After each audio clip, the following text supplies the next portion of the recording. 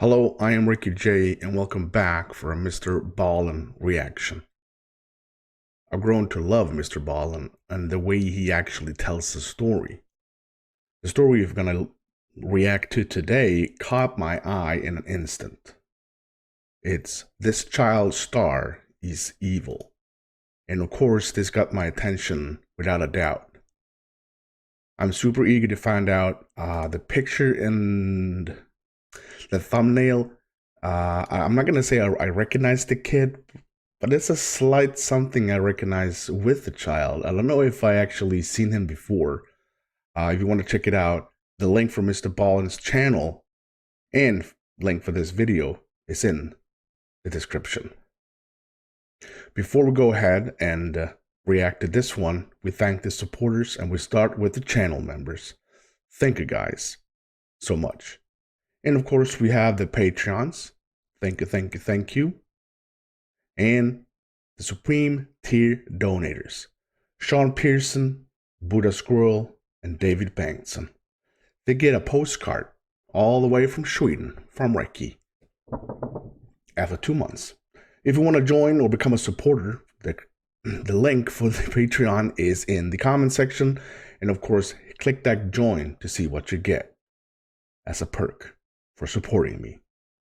Let's find out what this is all about. Of the hundreds of stories I have covered on this channel, today's story is going to easily rank in the top 5 most distressing I have ever covered. Now, there is not any graphic footage or images included. However, there is a very upsetting sequence that happens at the end of this story. And so for that reason, viewer discretion is advised. But before we get into today's story, if you're a fan of the strange, dark, and mysterious delivered in story format, then you come to the right place because that's all we do, and we upload once or twice every week. So if that's of interest to you, please take the like button hostage and force them to wash your dishes while wearing a very long sleeve shirt, but don't allow them to roll their sleeves up. Also, please subscribe to our channel and turn on all notifications so you don't miss any of our weekly uploads. All right, let's get into today's story. So this story is about 32 minutes long, so I'm super eager for this one. I hope you too. And if you are, hit that like.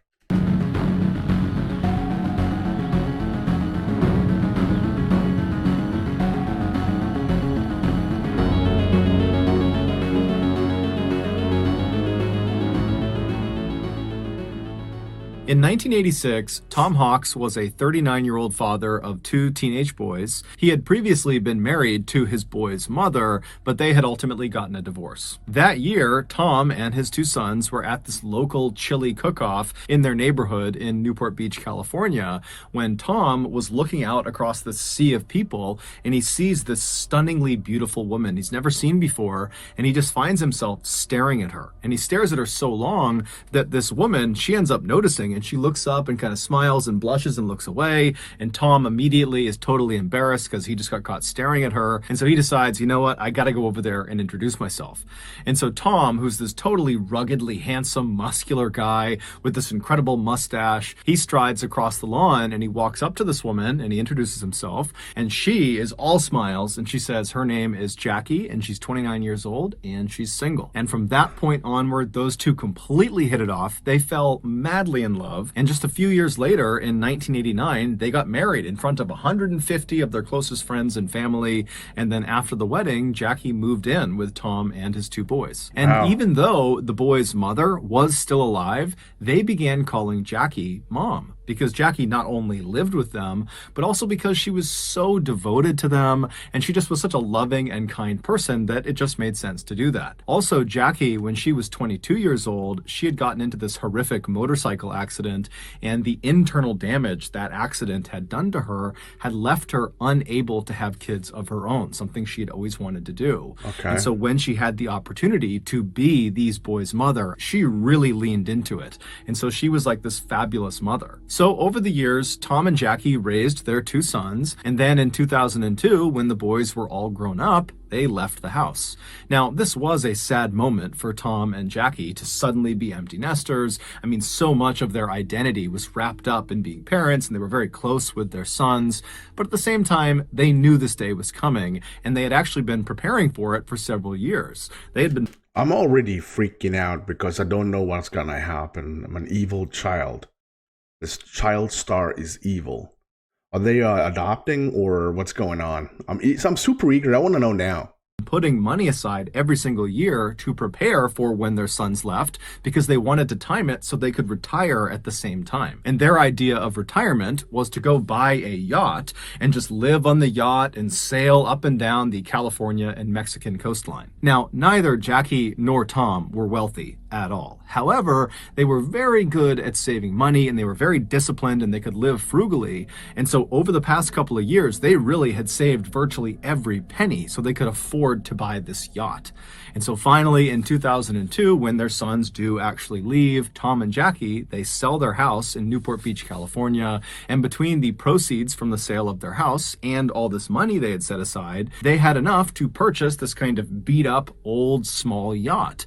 And so this yacht they named the Well-Deserved. Even though this yacht was by no means a glamorous yacht like you think of when you hear that word. Wait a minute. It's still a yacht. All right, it's not a boat, it's a yacht. Tom and Jackie adored this boat. And so as soon as it was theirs and they had docked it in Newport, they moved all of their belongings onto this boat because they're going to live on this boat. Oh, nice. And then they began meticulously cleaning it and organizing it and upgrading it everywhere they could within their limited budget. And by the summer of that year, this boat was beautiful, both on the outside and the inside. It was very cozy and very clearly had the touch of Tom and Jackie. It was a home. Nice. And so for the next 2 years, Tom and Jackie, they lived the dream. They took that yacht and just sailed up and down the coast of California and Mexico, and they would watch these beautiful sunsets, and they would catch fresh fish, and they would drink cocktails together. I mean, they were really enjoying their retirement. Then, in 2004, they got some unexpected news. One of their sons told them that he was now expecting to be a father. Oh, so nice. this baby was going to be the first grandchild of Tom and Jackie, and they were so excited. Especially Jackie, because remember, she wasn't able to have kids of her own, and she just loved the idea of getting to be motherly again, and the idea of getting to hold this precious little baby. And so even though Tom and Jackie were absolutely loving living out on this yacht, they decided that the time was right to actually sell the yacht and then take the proceeds from the sale of the yacht and buy a house on land to be closer to their son and this grandbaby. So in November of that year, the Hawks place an ad in this fishing magazine for the sale of their yacht. They were asking for about $500,000. And very quickly after this ad went live, this young couple who had saved up some cash, they offered to buy it. Tom and Jackie were totally thrilled, and they called their 2 sons to tell them the good news that they had this buyer and that in the next couple of days the sale would be finalized and then they would be in touch. And so the sons, they're expecting to get a phone call from Tom and Jackie any day, but a couple of days goes by and they haven't heard from them. And so the sons begin calling their parents, and their parents aren't picking up their phone. Now, Tom and Jackie were not the type to go any amount of time without... We're 6 minutes in. We are 6 minutes into a story that's going to last for 32 minutes. And something is going to go really bad. Being in touch with their family. And so this was very I'm really on edge. I don't know if you guys are, but I'm on edge. Characteristic. And so when Tom's brother, Jim, who was a retired police chief, when he heard about this sudden silence, he just got in his car and drove to Newport Beach, California to see if maybe they had not finalized the sale of the yacht and maybe the couple was still on the yacht and he could go check in with them and make sure everything was okay. And so Jim, along with a friend of his, they arrive in Newport Beach, they make their way to the dock where the yacht was being held, and they go down to the floating section of the dock, and they walk right up alongside the well-deserved, and just from where they're standing, it does not seem like anyone is on the yacht. However, as they're standing there just kind of looking at this yacht right in front of them, Jim notices a couple of oddities. He sees there are lines hanging over the side of the boat that should have been stowed, and Tom was known for being incredibly meticulous and orderly. I mean, that yacht was spick and span always. And so he would not have left these lines draped over the edge of the boat unless he was on board, and he wasn't. And so Jim's also looking around, and he sees there are a couple of tarps that go over some of the control panels that had been taken off, but then not put back on the control panels. And so again, that's not something Tom or Jackie would have done. And then there's also some dirty towels kind of hanging out of one of the portholes. And so overall, the impression Jim and this friend... If you like a perfectionist and you think you want to have everything in their spot, in their place, you don't leave things out, it's going to be, like it says, spick and spam, it's going to be super clean. If you know a person like that and you get home to them and you see that there's small things that is not normal, man, that's a warning call right there. Got was, I guess they must have finalized the sale of this yacht, because clearly the new owners of this boat, they're the ones that are in possession of it, and they're the reason it's sloppy, because Tom and Jackie, that makes sense. They never would leave the boat in this condition. And so Jim pulls out his own business card, and he writes a note on it that he's looking to speak with the new owners of this boat, because his brother and his brother's wife had sold this boat to them, but now they're missing. And so please give me a call back. And so Jim and his friend, they leave the boat, they leave the dock, and they begin to leave the area when Jim's cell phone rings, and he picks it up, and it's this 21-year-old woman named Jennifer De Leon. And so she tells Jim that she got his business card on her yacht, and that yes, she and her husband had recently purchased this yacht from the Hawks, but like Jim, they were having a hard time getting in touch with the Hawks as well, because after acquiring their boat, Jennifer said she and her husband realized there were a couple of controls on the boat that they didn't know how to use, and so they needed to talk to Tom and Jackie to explain how to use them. Also, Jennifer said she had found some personal belongings that belonged to Tom and Jackie that were stuffed in a couple of drawers that just got left behind, and so she wanted to return that property to them as well. I don't know how this kid comes in, though, because this is really confusing. I'm already captivated and mesmerized by the story. That's not it, but how? But she's telling Jim, I'm trying to get in touch with them and I can't get in touch with them. And so Jim asked Jennifer, when was the last time you or your husband saw Tom or Jackie? And she would say, the last time we saw them was when we actually finalized the sale of the boat, when we literally gave them the money and we watched them take the money, hop in their car, and drive away. Jim asked her if she had any idea where they might have been going, and Jennifer said, we really didn't have that many personal conversations with Tom or Jackie. It was mostly just business stuff. But in the limited personal interactions we did have, Tom would always talk about how he and Jackie planned on buying a house in Mexico in this town that bordered Arizona, because apparently they have a son that lives in Arizona and he's about to have a baby, and they were talking about how they wanted to be very close. Jim thanked Jennifer and asked her, if you hear from Tom or Jackie, please let me know. And then Jennifer says to Jim, same thing to you. If you hear from them, please let me know, because I need to talk to them too.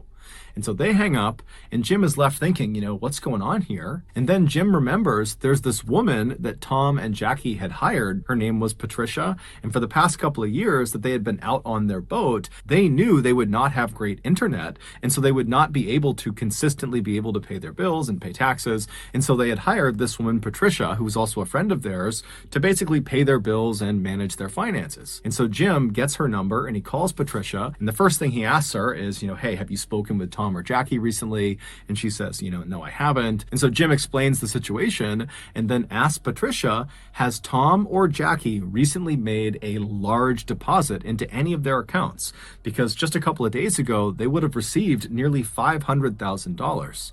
And so Patricia, she checks the accounts and she says, no, there's been no deposits made. And so Jim and Patricia are talking on the phone, trying to rationalize why Tom and Jackie would not have deposited so much money, and they really couldn't come up with a reasonable explanation. What, did they pay it in cash? Who? This was like early 2000. Who pays cash? explanation for it. And so after I Jim get hung it. up with Patricia, he just had a bad feeling about what was going on. And so Jim called the Newport Beach Police Department and he officially reported Tom and Jackie missing. The first thing the Newport Beach Police Department did with this missing person report was to do some digging on the new buyers of this yacht, the De Leons. And when they looked at the 25-year-old husband named Skyler, they discovered he was a felon. He had been arrested and convicted of armed robbery and had spent some time in jail for it. And so naturally, the police were immediately suspicious of Hello there, Skyler De Leon, and Skylar. really the De Leons in general, because they were the last ones to see the Hawks before they went missing. And so they sent one of their detectives down to the dock to just kind of walk around the yacht and just kind of feel it out, see what's going on down there, see if there's anything unusual. And so this detective goes down to the dock, they walk onto the floating section of the dock, and they walk right up alongside the well-deserved. And from the looks of it, it doesn't appear that anybody's on board. And as this detective is kind of looking in the window and just kind of looking around, they think they see what looks like a bloody handprint inside the boat. And so that would end up being enough to get a search warrant. And before long that day, there were police swarming this boat, looking all over it. But it would turn out that was not a bloody handprint. It was actually just some rust. And there was nothing else of significance that was found on board this boat. And so the police are pretty frustrated because they really don't have any leads. And so they contact Skyler De Leon and they say, hey, you need to come into the police station and explain exactly what happened during your final interaction with the Hawks. And so Skyler comes to the police station. He's totally cooperative. And he explains to the detectives that, you know, he saw this ad in this fishing magazine for a yacht. He contacted Tom Hawk and said, I'm interested. The two of them met up and then went out for a sea trial, which is basically a test drive, but for a boat. And during the sea trial, Skyler told Tom that he liked the boat and he wanted to go forward with the purchase. And so on November 15th, Skyler, along with his pregnant wife and his young daughter, and also a notary and another person, a friend of Skyler's that was there just kind of as a witness, they go to the parking lot of the dock right near where the yacht is. And then the Hawks show up, Tom and Jackie, and the De Leons literally hand over a suitcase full of cash to Tom. And then Tom and Jackie, with the notary, they signed the sale documentation, basically giving the boat over to the De Leon. I would never do that. We're talking about $500,000 here, right? In a suitcase. Why? Is the money dirty? Just transfer them. And then Tom and Jackie took their suitcase full of cash, hopped in their SUV, and they drove off, presumably to go to Mexico. When the police asked Skyler, how were you able to afford such an expensive vessel? Skyler would tell them that back in the 1990s, he was actually a child star, or kind of. He was an extra on the very popular TV show Power Rangers, and from being on that show, he had made a bunch of money and he had set it aside. And as Skyler is telling the detectives this, he kind of just stops himself at some point and he's like, you know what? That's not really the truth. The reality is the reason we had the money to do this is not because of the cash I got from being a child star. It's actually because I stole the money. It would turn out that armed robbery that Skyler was convicted for and spent some time in jail for, that was because he was stealing money from this drug kingpin. And before he was arrested and sent off to jail, he had managed to take the money that he had stolen and hide it. And then after he had gone to jail and got out again, he came back to his hiding space and he just retrieved the money. But this money was stolen drug money, so it was hot. And so he needed to get rid of it. That's what I'm talking about. If I was owning a boat and I want $500,000 for it, and someone comes to me, hey, I want to pay it in cash. Here's a briefcase with $500,000. Yeah, no, no. Rid of it. He needed to launder the money. And so that was why he was buying this yacht. He was going to buy it with this dirty money in bulk, in cash, and basically transform this hot, dirty money into this yacht. And then he was going to sell the yacht and get clean money for it. And so the police are totally shocked at this confession because Skylar has just completely incriminated himself in a money laundering scheme. But the police would ultimately say to Skylar, you know what, we're not going to charge you with money laundering because you're being so forthright and helpful with this investigation. And so they let Skylar go. The police would go on to interview Skylar's wife, Jennifer, as well as the notary and also that other friend who had come along for that final sale of the boat who was there as a witness. And so the police interview all three of those people and they ask them, you know, what was your final interaction with Tom and Jackie like? And they all described the same situation of seeing Tom and Jackie taking the suitcase full of cash and then signing the paperwork, hopping in their car and driving off. The only detail that seemed to differ amongst these four people who were there was the way Tom and Jackie were acting. Skylar made it seem like Tom was kind of anxious and paranoid about having all this money, whereas the notary said, you know, Tom and Jackie seemed completely normal to me. After all the interviews with these people who had seen Tom and Jackie last, the police felt like they had kind of reached a dead end and just didn't know what to do next. And so they went to the media and asked them to put out a bulletin that had a picture of Tom and Jackie, as well as a picture of their vehicle, and it asked people to come forward if they had seen them. And sure enough, within a couple of days of this bulletin going out on TV, this older couple in Mexico called the police to say the Hawks SUV is right across the street from me right now. It's parked right on the road. And so naturally, the Mexican authorities, as well as American authorities, they rush to this location and they charge up to the house where this SUV is parked, and they're kind of expecting to find Jackie and Tom inside, or someone that at least knows Tom and Jackie. But when they knock on the door, this guy nobody recognized, someone who was living in Mexico, he comes up to the door and he's looking very confused, and the police ask him, you know, whose SUV is that parked outside? And he said, oh, well, that's my friend's car. And they say, well, is your friend Tom or Jackie Hawks? And the guy's like, no, who's that? The car belongs to Skylar De Leon. This was, of course, the moment when the police realized Skylar was lying to them. He had told police the last time he had seen Jackie and Tom, they had hopped in their SUV and they had driven off. But clearly that was This is just basically a movie or a really shitty 80s criminal series Miami Vice style crime, right? not the last time, because he somehow managed to acquire their car afterwards, and then he gave it to this random person in Mexico. So the police in Newport Beach, they used Skylar's money laundering confession on camera to bring him in. They arrested him on money laundering, and then with him in custody, they searched his home. And inside of his and Jennifer's house, they found all these things that belonged to the Hawks. Things like laptops and video cameras, things Tom and Jackie would not have left behind on the boat. But despite all this evidence connecting Skylar De Leon to the Hawks' disappearance, he maintained his innocence and said this was just a big misunderstanding. And then while he was in custody getting grilled by police, his wife, Jennifer, was also saying the same thing, that Skylar didn't do anything. She was even going on talk shows and talking about how this is just one big misunderstanding and Skylar had nothing to do with the Hawks' disappearance, that they are just as concerned about Tom and Jackie as everybody else is. But why did he have all this stuff though? Like, I would say like everything is from the boat. That's it. But he killed But it. the police were not buying it. That's They it. knew Skylar knew something that he wasn't telling them, obviously. However, they weren't really getting anywhere interviewing Skylar. He was just kind of saying, look, I had nothing to do with it. And so the police decide, let's go back and re-interview the notary and also that other friend who was there as a witness on that day that the final sale of the boat took place.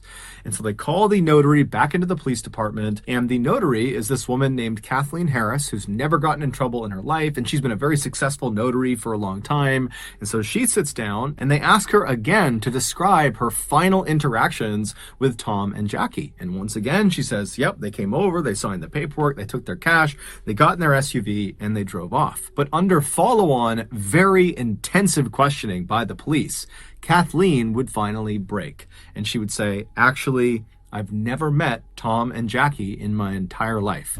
I was paid up front in cash by Skylar De Leon to backdate those sale documents that had already been signed. I have no idea what happened to Tom and Jackie. Next, the police went out and got that friend who was also there at the time of the final sale, that witness. His name was Alonzo Mason. And so they bring him in and they ask him, what was your final interaction like with Tom and Jackie? And at first he stuck to the story that, they got the cash, they hopped in the SUV, they drove off, that's all it was.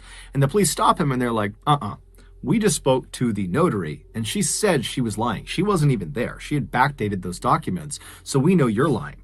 And so as soon as Alonzo got caught red-handed, he began to clam up. It was pretty obvious he did not want to say anything else. And since the police really needed something to happen with this case, they said to Alonzo, we will make sure your sentence is heavily reduced if you tell us everything you know about what happened to Tom and Jackie. And so Alonzo says, okay, I'll tell you. Alonzo was a young guy, very impressionable. He was in his early to mid-20s, and he was actually a jailer, and he had met Skylar when Skylar was in jail. He was in jail for that armed robbery. And so after Skylar gets out of jail, Alonzo and Skylar somehow stay friends, and they spend a lot of time together. And then in November of 2004, Skylar pulls Alonzo aside, and he confesses to him that he is in fact an international assassin, that people paid him to kill people, but only bad people, Skylar said. And he says to Alonzo, I have a current contract on two really bad people, Tom and Jackie Hawks, but I need help carrying this out. And so if you will help me carry out this contract, I will give you $1 million US. Well, and this stupid kid actually bought that. Come on. What is he, James Bond? Come on, what an idiot. And so Alonzo's like, man, okay, yeah, I'll help you. And so on November 15th, Skylar, Alonzo, and a third man that Skylar had recruited to be a part of this job. He was this big, muscular, intimidating looking guy who was actually a longtime Southern California gang member. His name was John Kennedy. Those three, they show up at the parking lot of the dock, That's probably the longest neck ever. Not to finalize the sale of this yacht. They weren't even close to finalizing the sale. They were there to meet up with Tom and Jackie to do a sea trial, a test drive. But when Tom and Jackie arrive, Tom, who was a longtime probation officer and so was very used to being around felons and convicts, he immediately sized these three up and thought, bad news. And so when the two parties met each other in the parking lot, Skylar started to notice that Tom was definitely apprehensive about getting on a boat with them. In fact, Tom was talking about potentially rescheduling and that today's not a good day. And Skylar's seeing, okay, they're clearly uneasy about getting on the boat with us. And so Skylar says, hey, Tom, Jackie, hold on a minute. I'm going to step aside and make a phone call. And so Skylar steps aside and he calls his wife, Jennifer, and she was not far away. And so just a couple of minutes later, Jennifer pulls into the parking lot carrying her. Here we go.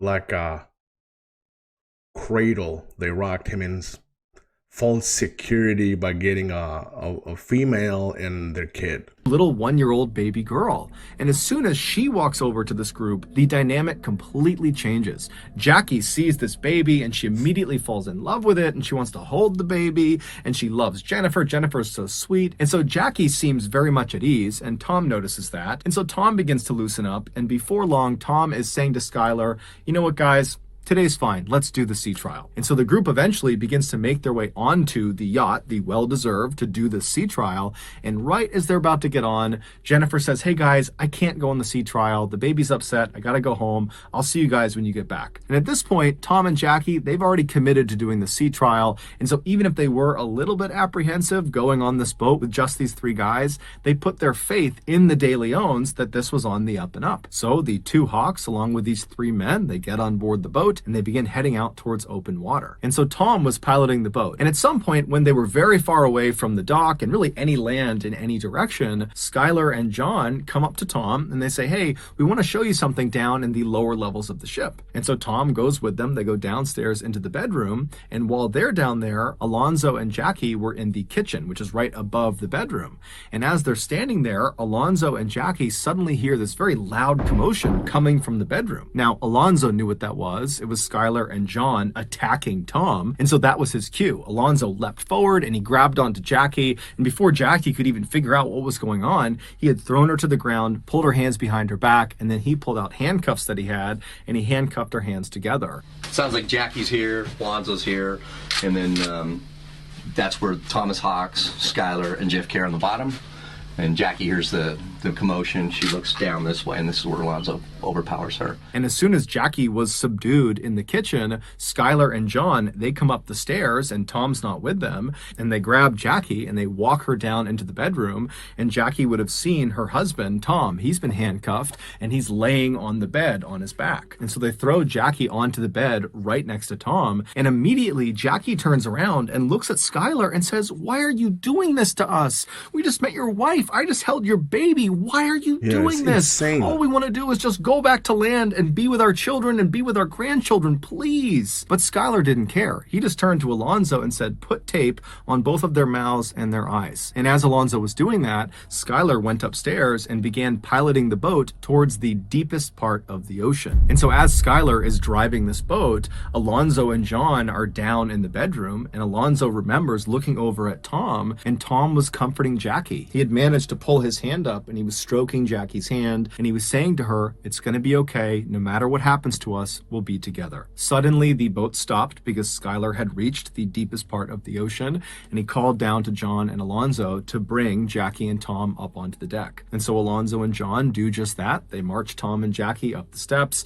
They bring them out to the deck of the ship, and then Skylar forces them to sign the sale documentation for the boat, as well as had them sign additional paperwork that gave Skylar access to their bank accounts. And while they were signing these documents, Jackie actually misspelled her last name on one of the signature blocks. She left the S off of her last name. That's not something she would have done by accident. It's pretty clear she did that on purpose to signal to the future that she signed this under duress. After all these documents were signed, the three men led their two That is really clever. That's a really clever thing to do.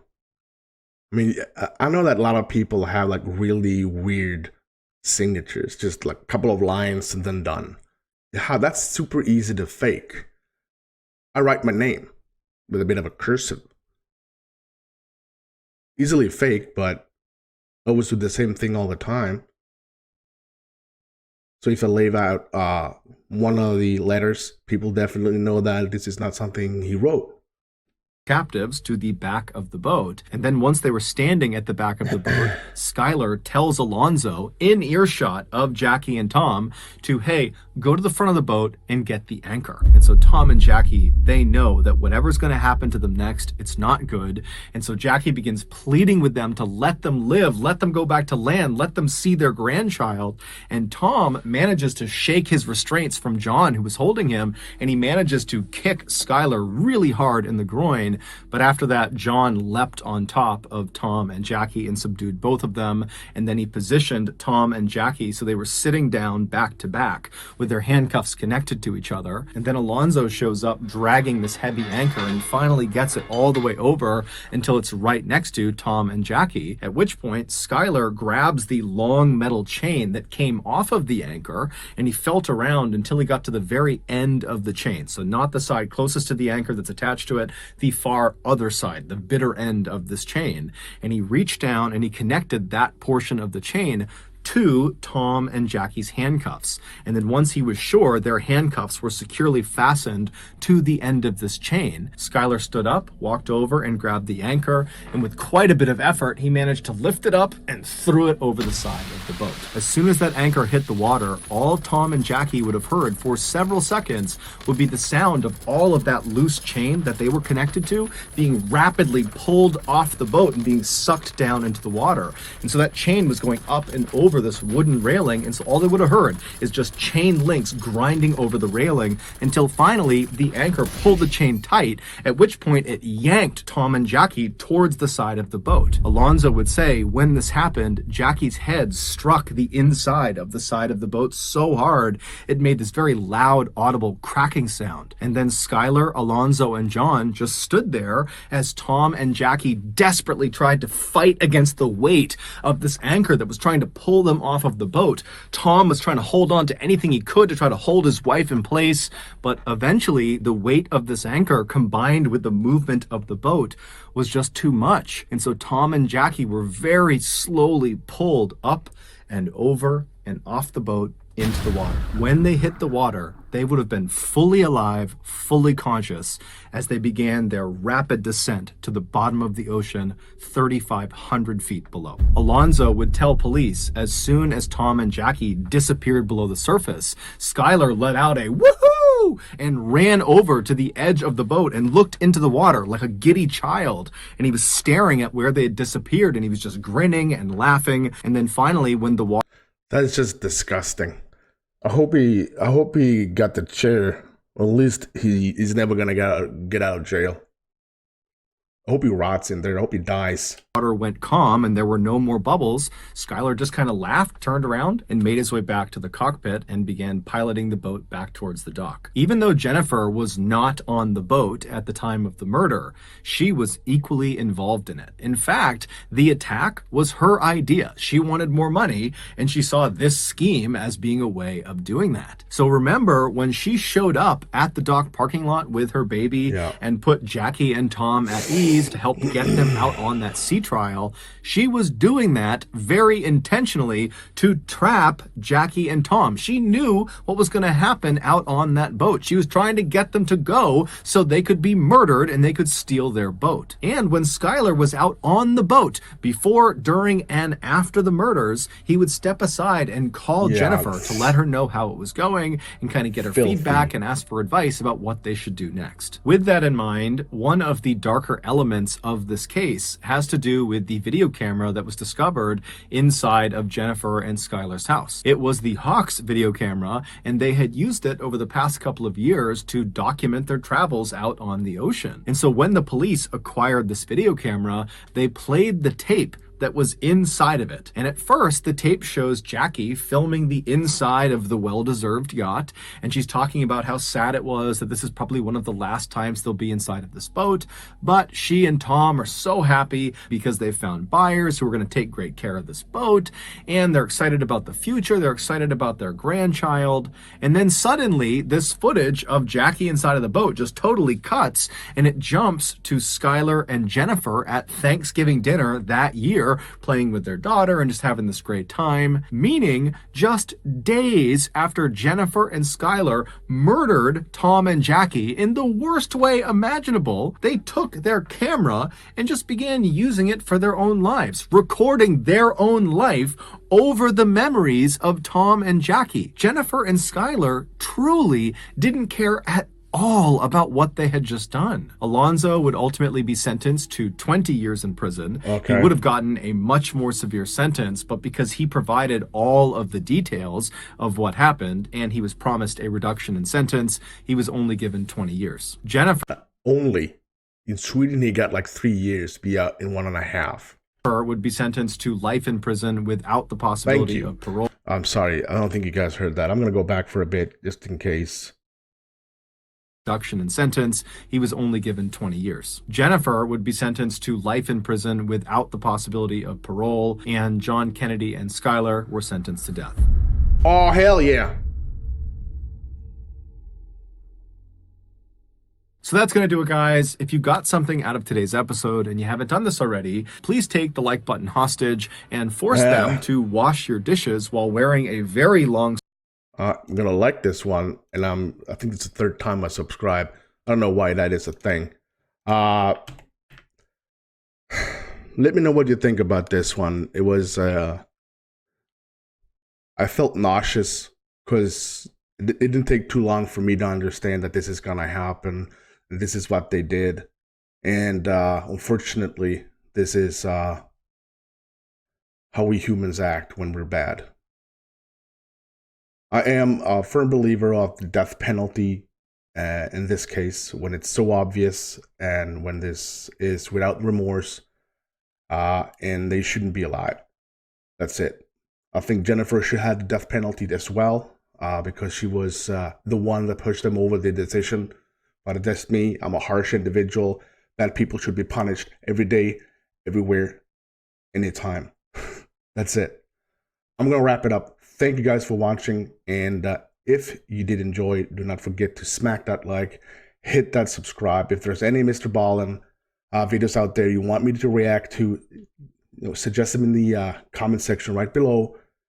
And if you want to become a supporter, you got channel member or Patreon. Check him out. Until next time, I'm Recky, and stay safe.